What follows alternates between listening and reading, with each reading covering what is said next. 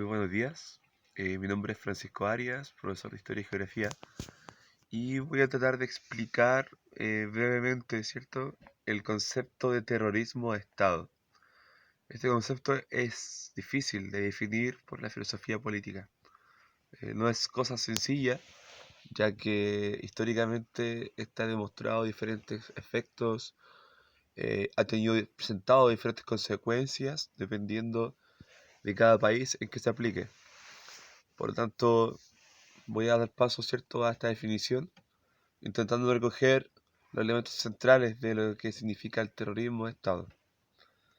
Para partir, eh, hay que señalar que el terrorismo de Estado es una forma de terrorismo que se aplica sistemáticamente, y eso quiero ser bien enfático, sistemáticamente desde un Estado-nación en contra de una población civil, es decir, la utilización del miedo, de la coacción, de la represión más dura y que incluye formas violentas, extremas violentas, como la desaparición forzada, las detenciones ilegales, la tortura, el exilio o cualquier forma o aplicación con el objetivo o propósito de infundir miedo en la población, se considera terrorismo. Y para efectos del caso, esto es el terrorismo de Estado, cuando es el Estado-nación el que lleva adelante o impulsa estas políticas represivas, que tienen como eje fundamental el miedo, la inseguridad, el temor. Entonces, teniendo ya una definición bastante general de lo que significa el terrorismo de Estado, habría que entonces puntualizar sobre aquellas experiencias en Latinoamérica que hablan justamente de esta forma de ejercer control en la población civil. ¿Y qué caso más cercano sino el de Chile, en tiempos de dictadura militar, periodo comprendido entre 1973 y 1990, 16 años, en que el poder, ¿cierto?, se sostuvo sobre la base del miedo y la represión política. Partir diciendo, ¿verdad?, que los poderes del Estado, normalmente conocidos como el poder ejecutivo, judicial y legislativo, estuvieron durante este periodo sumamente trastocados en sus funciones principales, ya que el ente que ejercía el control del país y el poder del Estado fue una junta militar que, como se sabe, ¿cierto?, estaba compuesta por 4 generales. Cada uno de ellos eran los representantes máximos o dirigentes de las respectivas Fuerzas Armadas y de orden en Chile. Esta junta militar, por así decirlo, disminuyó enormemente, considerablemente, las funciones del poder judicial, atribuyéndose para sí muchas funciones que competen al poder judicial. En cuanto al legislativo, la Junta Militar disolvió el Congreso Nacional, arrogándose para sí todas aquellas funciones que implica la legislación. Por lo tanto, estamos ante un escenario propio de una dictadura militar latinoamericana, en que el poder se ejerce en forma autoritaria y además, ¿cierto?,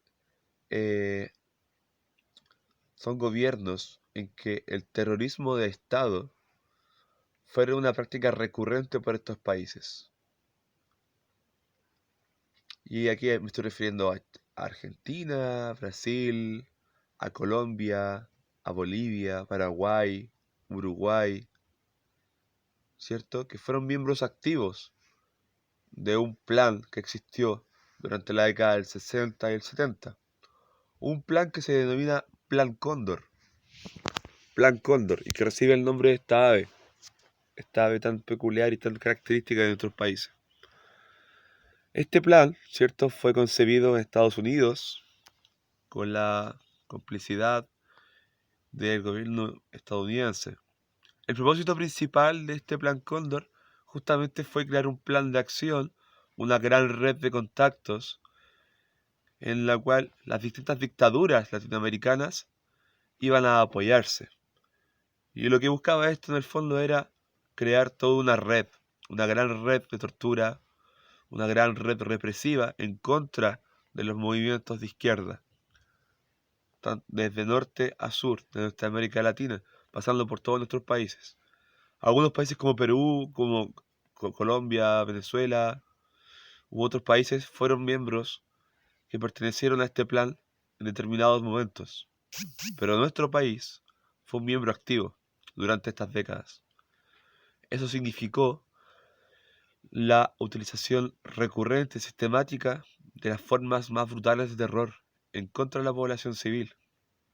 Es por eso que se habla de un terrorismo de Estado, porque fue el Estado el que comenzó a llevar a la práctica estas nuevas formas de vida. Y con todo esto quiero puntualizar otro aspecto importante, y es que el concepto de terror, o lo que se considera o no terror dentro de una legislación, está escrito. Es decir, lo que es legal, o las formas de represiones legales, no alcanzan a definir este tipo de acciones. Estas formas violentas de represión, como la tortura, ¿cierto?, el miedo, escapan notoriamente a lo que es la legislación nacional. Por lo tanto, por sí mismas ya están deslegitimadas, porque no se encuentran dentro de la legislación, no están contempladas en ningún ordenamiento jurídico. Y eso es algo muy importante de señalar. El hecho de que no estén contempladas estas formas de violencia se traduce en que sean ilegítimas y por tanto son formas de terror. Porque cuando eso ocurre es el Estado el que se está convirtiendo justamente en un actor relevante en la búsqueda del poder.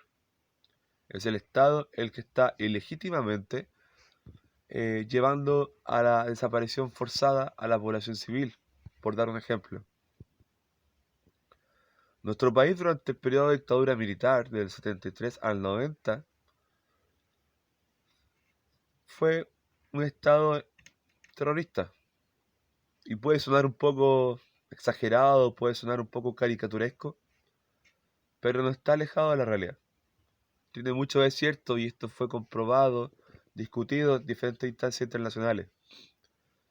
Esta información que acabo de entregar también fue proporcionada por muchos juristas internacionales, uno de ellos, muy conocido, el juez Baltasar Garzón, español, que fue bastante lapidario con este régimen que tuvimos en Chile en cuanto a sus políticas públicas de persecución y de terrorismo de Estado.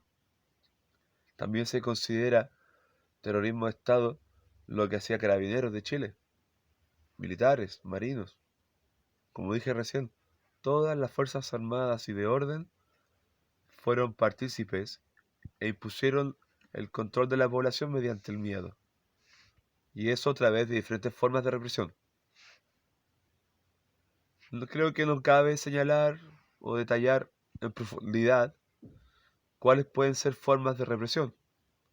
Pero acá, para poder responder esa pregunta, hay que ser bastante imaginativos, porque para infundir miedo en la población, ustedes saben, los distintos países del mundo han logrado o han llevado a cabo formas horribles, muchas veces difíciles de imaginar, con el solo propósito de infundir miedo y control en la población. O sea, la inacción, la incapacidad de que la población civil pueda movilizarse en torno a un objetivo común. De esa manera, se asegura la gobernabilidad del régimen, se asegura la continuidad de las políticas públicas del Estado y se desarrolla un escenario favorable a la utilización de estos métodos, por los cuales, cabe decir, eh, están siempre impunes. Impunidad. Esa impunidad es propia de una dictadura, porque acá no hay una responsabilidad social o una responsabilidad con un concepto importantísimo que es el respeto a los derechos humanos. La Carta Internacional de Derechos Humanos, ¿cierto? Justamente viene a poner en duda, a poner en cuestión la legitimidad de estos gobiernos, justamente por contravenir aspectos esenciales de la naturaleza humana y también de los derechos que son emanados de la misma naturaleza del ser humano. Por tanto, un concepto complejo de explicar el terrorismo de Estado, pero es mucho más fácil cuando se ejemplifica. Chile tiene una larga historia de violaciones de derechos humanos, donde la dictadura militar constituye parte de nuestra historia reciente. Es decir, nuestras familias, abuelos, padres, hermanos, primos, pueden hablar de aquello, pueden relatar sus experiencias personales de vida, ya que todavía hay gran memoria del periodo. Por eso es tan importante cuidar a las personas que vivieron durante esos 17 años de terror, que vivieron en carne propia muchas veces la tortura, el apremio, el exilio. Chile tiene saldos muy tristes en cuanto a eso. Las violaciones sistemáticas a los derechos humanos en Chile fueron muy grandes. Y es cierto, quizás en términos cuantitativos fue inferior a la de otros países, porque la cantidad de muertos fue bastante inferior, por ejemplo, a lo que fue la dictadura argentina. Y eso es un hecho. Pero recordemos que Chile es un país mucho más pequeño, con una población muy reducida en comparación a la Argentina, y la dictadura militar llevó a cabo políticas muy brutales, ¿ya? Principalmente la tortura. Mucha gente en Chile sobrevivió a la dictadura. Son personas que están vivas, pero fueron torturadas. Y no hablo de algunos miles, son decenas de miles. Por lo tanto, saber que hoy en Chile caminan por la calle personas que fueron torturadas y que fueron muertas en vida, porque hoy de verdad muchas de ellas están en muy malas condiciones por este Estado que los abandona, literalmente. Cabe preguntarse entonces cuál es la legitimidad actual que tienen estos gobiernos en cuanto a materia de derechos humanos. Es bastante complejo. Para terminar, ¿cierto? Para poder cerrar esta idea del terrorismo de Estado, en Chile durante el periodo de dictadura militar se asesinó a alrededor de 3.200 personas en Chile. Me refiero a chilenos. 3.200 personas. Dejando un saldo bastante grande, como se señalaba anteriormente, más de 20.000 personas torturadas. Eh, otros miles que fueron exiliados de nuestro país. Hasta el día de hoy hay miles de chilenos afuera por motivos forzados. Otros chilenos que tuvieron que dejar su país por miedo, por inseguridad. Y también hay muchos casos de personas que fueron ejecutadas o fueron sumariadas con pena de muerte de forma ilegítima, sin el debido proceso judicial.